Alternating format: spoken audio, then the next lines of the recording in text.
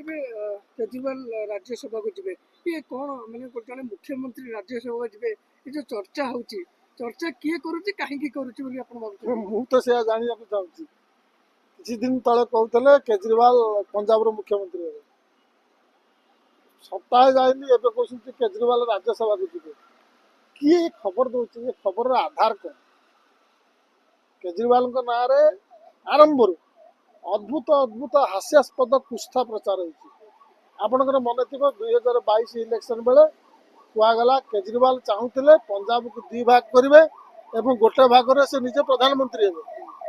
ଯାହାର ଟିକିଏ ନାକୁ କମନ ସେନ୍ସ ଥିବ ସେ ଟିକେ ଭାବିବ, ଭାଇ ସେ ଗୋଟେ ଦେଶ ଛାଡ଼ିକି ଆଉ ଗୋଟେ ଦେଶ ବନେଇକି ପ୍ରଧାନମନ୍ତ୍ରୀ କେମିତି ହବ, ତାକୁ ଫାଇଦା କ'ଣ? ସେ ପ୍ରଚାର ହେଲା। ଯେତେବେଳେ କେଜରିୱାଲ ଜେଲ୍ ଗଲେ, କହିଲେ ସୁନିତା କେଜରିୱାଲ ହେଇଯିବେ ମୁଖ୍ୟମନ୍ତ୍ରୀ। କୁଆଡ଼େ ଗଲା ସେ କଥା? ଏ କୁସ୍ଥା ପ୍ରଚାରର କାରଣ ହେଲା ଯେ କେଜରିୱାଲଙ୍କୁ ଗୋଟେ ଦର୍ଶାଇବା, ଜଣେ କ୍ରୁକ୍, ଠକ, ଜଣେ କ୍ଷମତା ଲୋଭୀ। ଏ କାଲି ଦିନ 11ଟା ସୁଦ୍ଧା ଆପ୍ ତରଫରୁ ତାଙ୍କର ରାଷ୍ଟ୍ରୀୟ ପ୍ରବକ୍ତା 2 ଥର କହିସାରିଲାଣି ଏମିତି କୌଣସି ପ୍ଲାନ୍ ନାହିଁ, କିନ୍ତୁ ଖବର ଚାଲିଛି। ଓଡ଼ିଶାର କେତେକ ନ୍ୟୁଜ୍ ପେପର ମୁଁ ଆଜି ଦେଖୁଥିଲି, ସେଥିରେ ବି ସେୟା ଲେଖା ହେଇଛି। କହୁଛନ୍ତି ସଞ୍ଜୀବ ଆରୋରା ଯିଏ ପଞ୍ଜାବର ରାଜ୍ୟସଭା ଅଛି ମେମ୍ବର ଅଛନ୍ତି, ତାଙ୍କୁ ଇସ୍ତଫା ଦେବାକୁ କୁହାଯାଇଛି। ସେ ଲଢ଼ିବେ ଲୁଧିଆନାର ଉପନିର୍ବାଚନ ଲଢ଼ିବେ, ସେଥିପାଇଁ ସେ ତାଙ୍କ ଜାଗାରେ ପଳେଇଯିବେ କେଜରିୱାଲ। ମୁଁ ଜାଣିନି ପ୍ରକୃତରେ କେଜରିୱାଲ ଯିବେ କି ନାହିଁ, କିନ୍ତୁ ପାର୍ଟି ତରଫରୁ ଏପର୍ଯ୍ୟନ୍ତ ସ୍ପଷ୍ଟ ଭାବରେ ମନା କରାଯାଇଛି। ଭାରତୀୟ ଜନତା ପାର୍ଟି କହିବା କଥା ସେ ଜଣେ କ୍ଷମତା ଲୋଭୀ ଲୋକ, ଚାहे ଯେମିତି ମଝିରେ ହଁ। ଶୁଣିବାକୁ ମିଳିଲା କି ବିଜେପି ଯୋଉ ପଞ୍ଜାବରେ ସିଏମ୍ ହେବେ, ଏବେ ସେମିତି ଶୁଣିବାକୁ ମିଳୁଛି ରାଜ୍ୟସଭାକୁ ଯିବେ।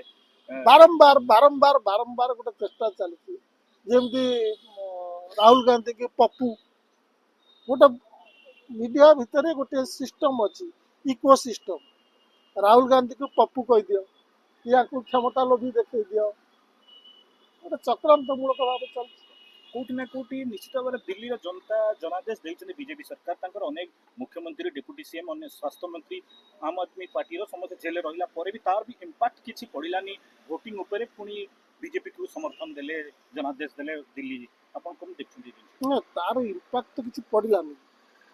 ମାନେ ଯେଉଁଭଳି ଭାବରେ ପ୍ରଚାର କରାଯାଇଥିଲା ୟାଙ୍କ ବିରୁଦ୍ଧରେ, ଯଦି କେଜରିୱାଲ, ସଞ୍ଜୟ ସିଂ ଏମାନେ କୋର୍ଟକୁ ଯାଉଥିବେ, ତାଙ୍କ ମୁହଁକୁ ରାଉଣ୍ଡ ରାଉଣ୍ଡ କରିକି ଦେଖାହେଉଥିଲା, ଗୋଟେ ପଇସା କୋଉଠି ଜବତ ହେଇନି, କି ସେ କୋଉଠି ସମ୍ପତ୍ତି କିଣିବା କି ସୁନା କିଣିବା, କିଛି କୋଉଠି ଜବତ ହେଇନି। ଆପଣମାନେ ଦେଖିଛନ୍ତି ଯୋଉଠି ସିବିଆଇ ଫିବିଆଇ ରେଡ୍ ହୁଏ, ସୁନା ବିସ୍କୁଟ ଜବତ ହୁଏ, ତାକୁ ସଜେଇକି ରଖନ୍ତି, ସାମ୍ବାଦିକକୁ ଦେଖାନ୍ତି। ୟାଙ୍କର ସେମିତି କିଛି ହେଇନି। ଆଚ୍ଛା, ତମେ ତାକୁ 2 ବର୍ଷ 2.5 ବର୍ଷ କାଳ ଜେଲରେ ଭର୍ତ୍ତି କଲ, ତା ସତ୍ତ୍ୱେ ତମେ କ'ଣ କଲ ନା ଭୋଟର ଲିଷ୍ଟରେ ଗଡ଼ବଡ଼ି କଲ। ଇଲେକ୍ସନ କମିଶନର ୱେବସାଇଟ୍ କହୁଛି 2024 ଲୋକସଭା ନିର୍ବାଚନ ଏବଂ 2025 ବିଧାନସଭା ନିର୍ବାଚନରେ ଖୋଦ ଅରବିନ୍ଦ କେଜରିୱାଲଙ୍କ ନିର୍ବାଚନ ମଣ୍ଡଳୀରୁ 1/3 ନା 1/4 ଭୋଟରଙ୍କ ସଂଖ୍ୟା କମିଛି। ମାନେ ଏଲିଜିବଲ୍ ଭୋଟର, କେତେ ଲୋକ ଭୋଟ ଦେବାକୁ ଆସିଲେ ସେଇଟା ନୁହେଁ, କି ଜନସଂଖ୍ୟା ବଢ଼ିବା ସମୟରେ ଗୋଟେ ନିର୍ବାଚନ ମଣ୍ଡଳୀର ଭୋଟର ସଂଖ୍ୟା କେମିତି କମୁଛି। ତେଣୁ ସେମାନେ, ଆପଣଙ୍କର ମନେ ଥିବ କ୍ରିକେଟ ମ୍ୟାଚରେ ଷ୍ଟିଭ୍ ବକନର ଥିଲେ, ଅଶୋକା ଡିସେଲବା ଥିଲେ, ଶକୁର ରାଣା ଥିଲେ, ଏମାନେ କି ପ୍ରକାର ନିଷ୍ପତ୍ତି ଦେଉଥିଲେ। ତେଣୁ